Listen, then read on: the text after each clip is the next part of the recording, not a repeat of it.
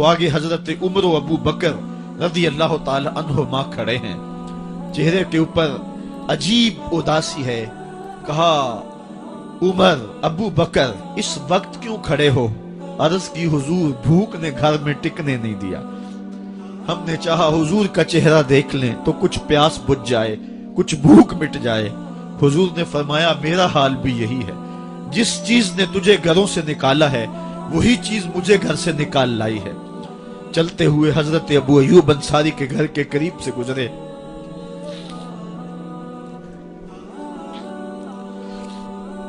حضور کی خوشبو پا کے وہ باہر آ گئے۔ عرض کی بندہ نواز آج میرے مہمان نہیں بنتے؟ حضور نے کہا تمہاری مرضی۔ گھر لے گئے، چٹائی بچھائی، حضور کو بٹھایا، گھر والوں کو بکری کا بچہ ذبح کر کے دیا، کہا جلدی جلدی کھانا تیار کرو، میرے آقا کو بھوک لگی ہوگی۔ یہ کہہ کے واپس آئے، حضور کے پاس بیٹھے، نظر چہرے پہ پڑی تو گھبرا گئے۔ نکاحت کے آثار اتنے واضح تھے کہ سمجھ آ رہی تھی کتنے دنوں سے حضور نے کچھ نہیں کھایا۔ اٹھ کے باغ میں چلے گئے، کھجوروں کا خوشہ توڑا، حضور کے سامنے رکھا، کہا بندہ نواز جب تک کھانا تیار نہیں ہوتا یہ کھجوریں تناول فرمائیں۔ تھوڑی دیر کے بعد کھانا دسترخوان پہ لگ گیا، حضور سے عرض کی گئی حضور آئیں کھانا تناول کر لیں۔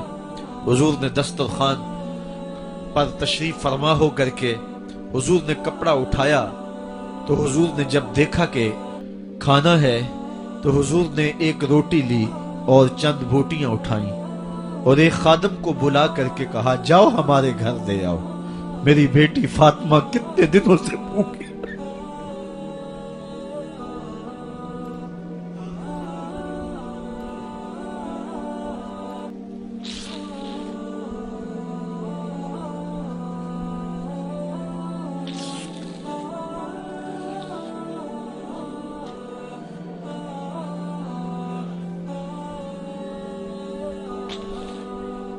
کہا جاؤ ہمارے گھر دے آؤ، میری فاطمہ کتنے دنوں سے بھوکی بیٹھی ہوئی ہے۔ مال کے کونین ہیں گو پاس کچھ رکھتے نہیں، دو جہاں کی نعمتیں ہیں ان کے خالی ہاتھ میں۔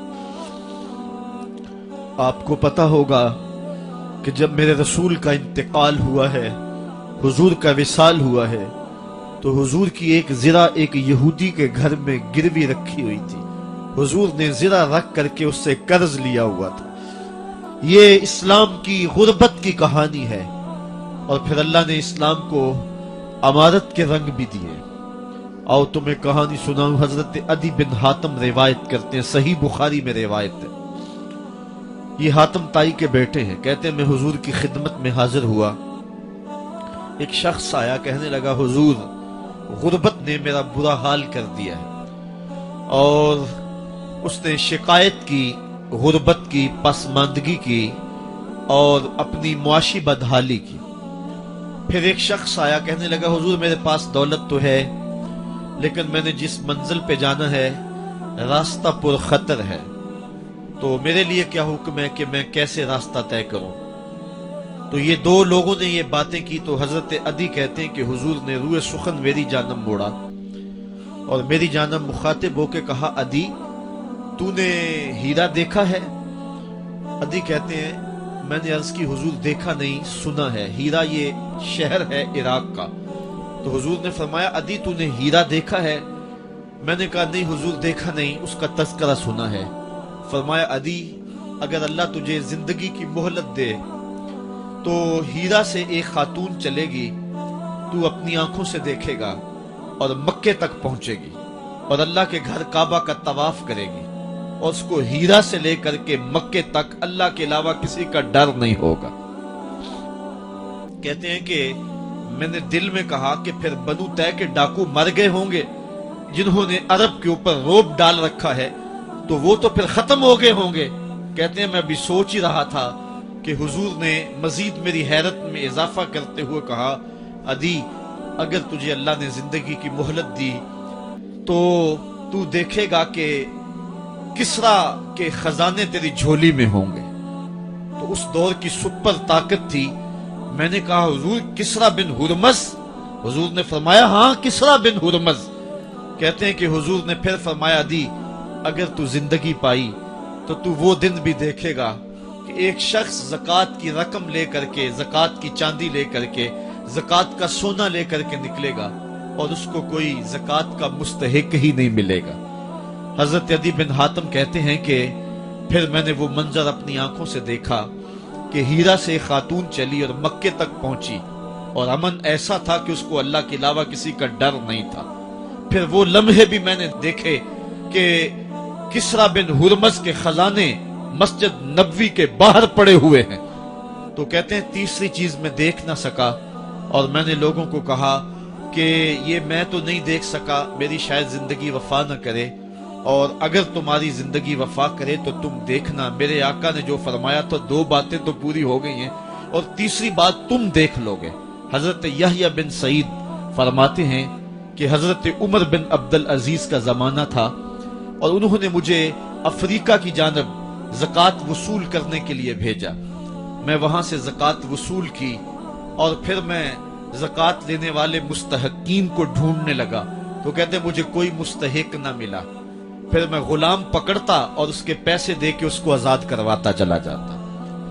حضرت عمر بن عبدالعزیز کا زمانہ ہے کہ گورنر ہے عراق کا، وہ حضرت عمر بن عبدالعزیز کو لکھتا ہے کہ اتنی رقم ہے، اس کا کیا کرنا ہے؟ تو عمر بن عبدالعزیز کہتے ہیں رقم لے کے یہاں نہ آنا، وہاں عراق کے لوگوں میں بانٹ دو، جو زکوٰۃ کے مستحق ہیں ان کو تقسیم کر دو۔ تو گورنر لکھتا ہے جو مستحق ہے ان کو دے دی، اب کوئی مستحق نہیں رہا تو میں کیا کروں؟ تو حضرت عمر بن عبدالعزیز کہتے ہیں جو مقروض ہیں ان کا قرض اتار دو۔ تو کہتے ہیں کہ ہاں قرض بھی میں نے اتار دیا ہے، رقم پھر بھی بچ رہی ہے، کیا کروں؟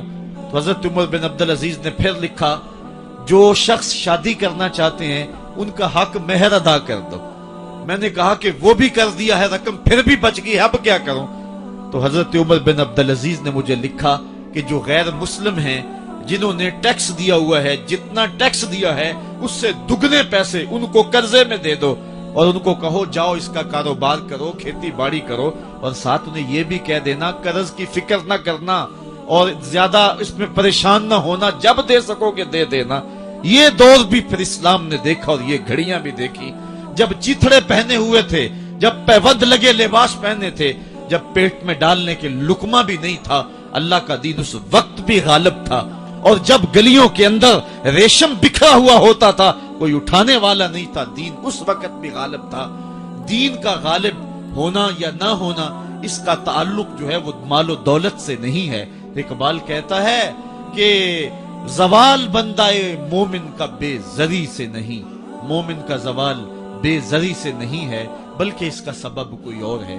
وہ سبب ڈھونڈنا ہے کہ ہم دنیا میں رسوا ہو کے کیوں رہ گئے، ہم زمانے کے سامنے تماشا کیوں بن کے رہ گئے، آج نبی کی امت پوری کائنات میں رسوا ہو کے کیوں رہ گئی، آج ہمارا تماشا دیکھا جا رہا ہے، آج بھوکے کتوں کو ہماری بیٹی اور بہنوں کے اوپر چھوڑا جا رہا ہے اور اس کا تماشا دیکھا جا رہا ہے۔ کیا ہم نے یہ دن بھی دیکھنے تھے؟ ہم نے سراغ لگانا ہے۔ دولت کی قلت اور کثرت یہ ثانوی چیزیں ہیں، ہم نے تاریخ میں دیکھا ہے، ہم کبھی مالی طور پہ کمزور تھے، رسوا نہیں ہوئے ہیں، مال زیادہ ہو گیا رسوا نہیں ہوئے ہیں، رسوائی کے سبب کوئی اور ہیں۔